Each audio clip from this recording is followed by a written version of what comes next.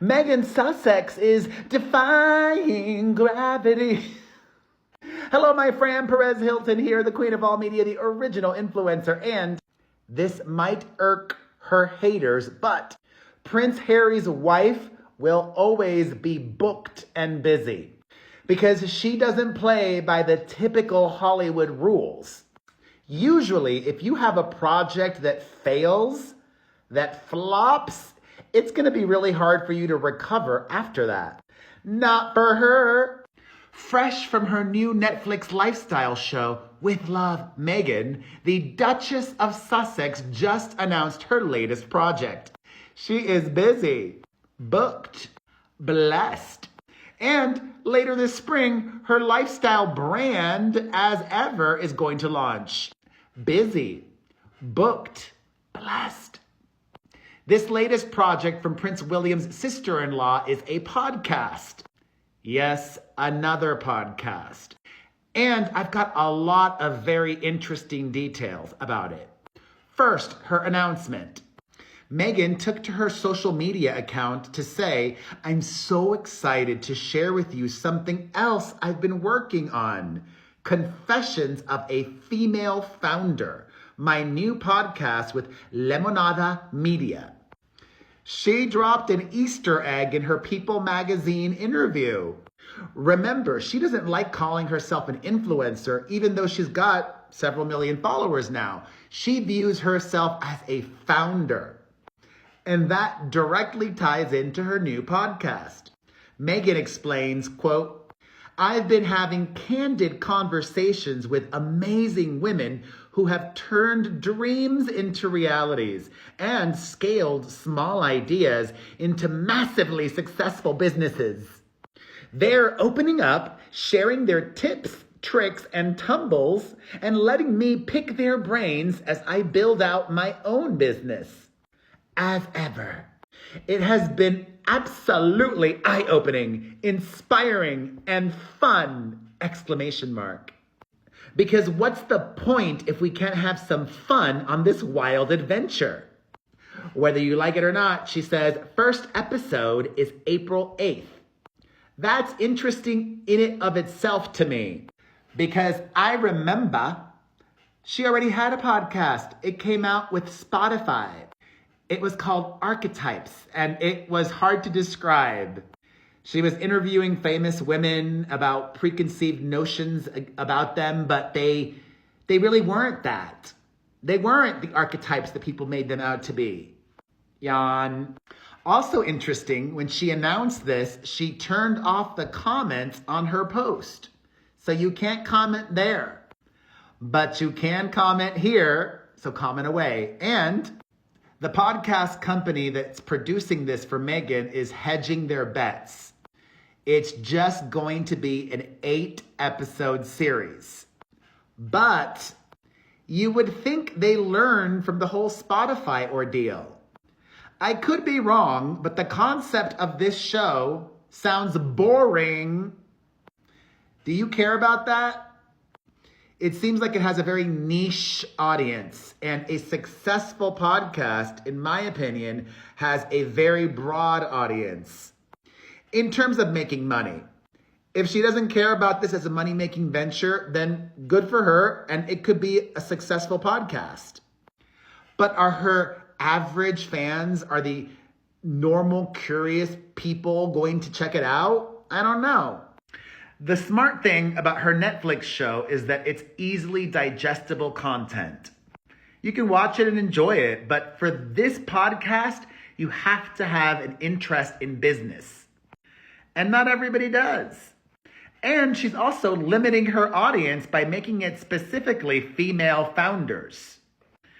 Interesting choice.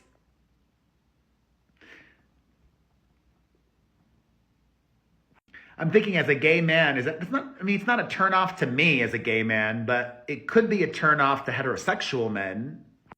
Meghan adds in a statement apart from what she wrote on social media, quote, "I'm so proud of what we're creating and the candid conversations that I'm able to have with other female founders as we unpack the twists and turns of building a business."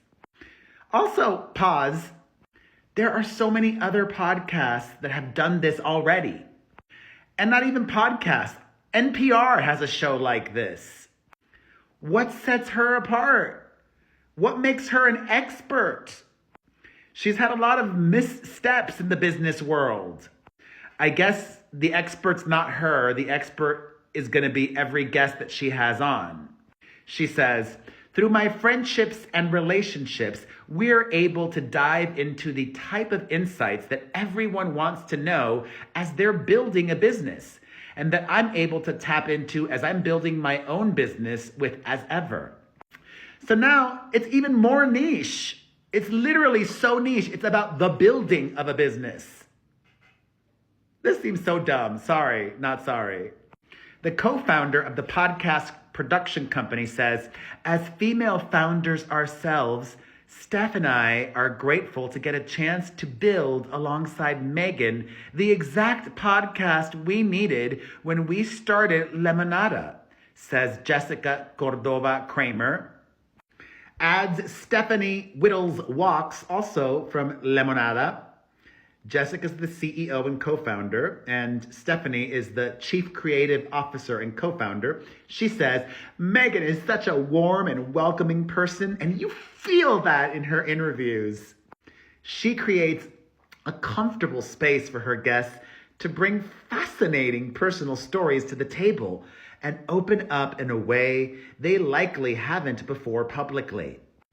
Listeners can expect conversations that are way more break room than boardroom. This is the first podcast project that she's done with Lemonada Media, which was actually announced in February of last year after she and Prince Harry parted ways with Spotify. That was a one and done with Spotify, and she reportedly got paid $20 million for that. Wow. And her deal with Netflix is worth a reported $100 million. No word on how much Lemonada has paid her and Prince Harry, but hopefully she did her own interviews this time by herself. Remember the drama with Archetypes? Some of the interviews on that show were done by her producers and then spliced in to make it seem like she did them. She voiced questions that made it seem like she was asking the questions. And remember that explosive Vanity Fair article from earlier this year? A lot of her former Spotify colleagues had not so nice things to say about her. Really, really awful. Very painful. A mean girl's teenager. But you know the biggest problem? I don't know if she's enough by herself in this. I think it'd be better, smarter if she had a co-host. Prince Harry, her mother even. There needs to be somebody else. Listen, she's enough for the TV show, but a podcast is a different medium. You want to hear different perspectives, and you need different hooks, different reasons to tune in to a podcast. The Netflix show, very cut and dry. What she's selling is crystal clear and appeals to the masses. The podcast by herself with guests that her audience, they may not know all of these female founders. It's a heavy lift. I think Prince Harry or her mother or a neighbor in Montecito, somebody else would have added so much to her podcast. But hey, if it's going to fail, it's all on her now. So, do you plan to listen to Confessions of a Female Founder?